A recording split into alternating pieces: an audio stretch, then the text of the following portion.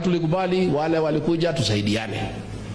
Let everybody come. Hii kazi ni mingi. Hii Kenya ni yetu. We are okay. Let everybody come. Achangie pahali ataweza.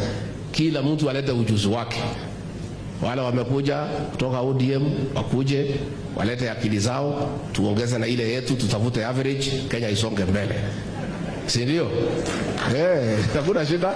Sababu sasa pahali Kenya imefika inataka kila mtu achangie, so that nobody is blaming the other. You know? Najua wengine walikuwa nafikiria mimi naweza pinga. Nini pinge nini? Mimi nasema hii Kenya ni yetu na tunataka ifaulu. President kwa maarifa yake, kwa ujuzi wake na uongozi wake akaona wacha tulete hawa tusaidiane na hawa. Nikamwambia rais wakuje. Tuketi, tupange. Badi yako pale National Treasury tusaidiane. Opiyo Wandayi yako pale mambo ya stima tusaidiane. Joho wako pale mambo ya blue economy tusaidiane. Oparanya akuje mambo ya kahawa, mambo ya hustler fund tusaidiane. Kila mtu achangie, so that we all succeed together. And if there is a blame, we also share.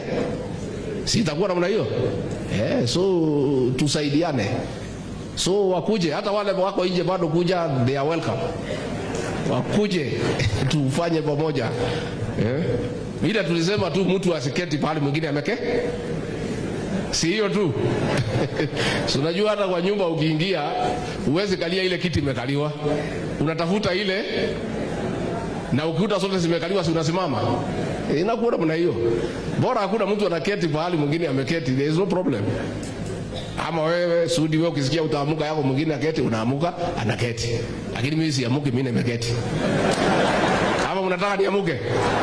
Basi mmesema niketi. Kila mtu tufanye, there is no problem. Provided kila mtu alete suluhisho, alete maarifa, tusaidiane, Kenya yetu iende mbele.